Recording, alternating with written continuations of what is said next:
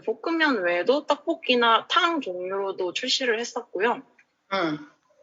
이제 봉지류와 함께 이제 소스, 그리고 매운 소스나 아니면은 기타 라면 스낵 같은 것도 같이 출시를 했었습니다. 그래서 이제 그때 군집 효과가 떨어진다 이런 말 했었잖아, 그지? 네, 그런 얘기를 했었고요. 그래서 이제 브랜드도 이거는 저번 주에 말씀을 드렸으니까 넘기고. 근데 이번 주에는 이제 라면 시장에 대한 전반적인 그 트렌드나 시장 조사를 해봤습니다. 그래서 아무래도 최근에 이제 코로나 때문에 그런 사람들이 아무래도 외식이나 그런 것보다는 집에서 끼니를 해결하게 되면서 라면 시장이 증가하고 있는 추세인데요. 그 중에서 이제 트렌드로서 원래는 그런 라면 식품들이 아무래도 가까운 그런 마트나 그런 편의점에서 자주 소비가 됐었는데 이제 최근에는 이제 소셜 커머스나 오픈 마켓 같은 온라인 시장에서도 많이 소비가 된다고 합니다. 그다음에 두 번째로는 이제 그런 코로나 같은 혼란 속에서 사람들이 이제 안정을 이제 택하게 되면서 원래 유명했던 스터디셀러 브랜드가 굉장히 인기로 계속 팔렸다고 합니다. 그래서 신라면이나 아니면 짜파게티 같은 그런 브랜드들이 계속 화두가 되고 있고, 그다음에 집에서 아무래도 조리를 하다 보니까 그 컵라면의 용기보다는 그런 봉지면의 형태가 더 많이 팔린다고 해요. 그래서 전년 대비로 해서 65% 정도 더 늘어났고, 그렇다고 합니다. 그래서 라면이 하나의 그런 간식보다는 소비자들에게 하나의 끼니, 요리로 자리 잡게 됐다는 것을 확인을 했습니다. 그래서 이제 최근에 출시됐던 그 농심의 신라면 볶음면을 가지고 왔는데요. 얘네는 그 농심 같은 경우는 아무래도 최근에 해외에서도 그런 국물 없는 라면이 인기가 되고 있고, 그다음에 그런 신라면이 그런 그 쿠지라이식 신라면이라고 해서 출시를 해달라고 그 해외에서도 요청을 많이 했대요. 그래서 이런 형태로 출시를 했는데요.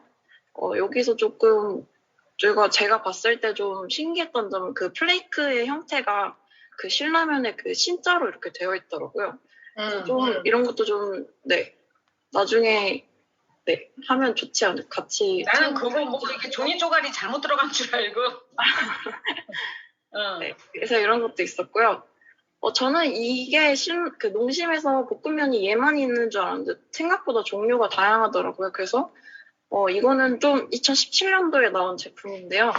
그 너구리가 볶음면이 출시가 같이 됐었어요. 그래서 얘도 보면은 이런 플레이크 형태가 그 너구리 얼굴 모양으로 되어 있더라고요. 그래서 볶음 너구리나 아무래도 그 불닭볶음면 때문에 그런 챌린지 같은 그런 매운 식품들의 인기가 되면서 이런 매운 음식도 같이 출시가 됐었습니다.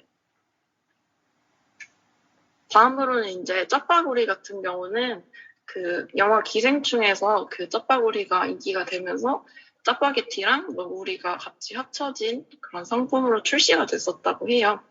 그래서 이런 자료 조사를 하면서 제가 좀 생각을 해봤는데 아무래도 그런 스터디셀러의 농심이나 오뚜기 같은 제품과는 다르게 삼양은 그 불닭볶음면 같은 경우는 초반에 그런 어떤 하나의 그 챌린지 형태로 인기를 많이 끌었어요. 그래서 아무래도 농심이나 오뚜기보다는 조금 더 매니아적이고 좀 타겟층이 좀 더 젊고 좀 타겟이 좀 좁다고 생각을 했어요. 그래서 두 가지 측면으로 생각을 해봤는데요.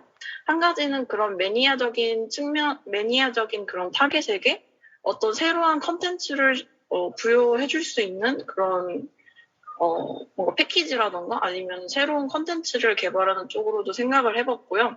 아니면 두 번째로는 그런 좀 국민적인 그런 기업, 뭐 농심이나 뭐 오뚜기 같은 그런 기업 이미지들처럼 그런 삼양도 불닭볶음면을 통해서 그런 유명한 그런 농심 브랜드처럼 좀 브랜드 이미지를 좀 개선을 했으면 좋겠다라고 생각을 했고요. 그래서 그거랑 같이 해서 삼양도 함께 그런 이미지로 브랜드를 같이 만들면 좋겠다고 이렇게 두 가지 방향으로 해서 생각을 했었습니다.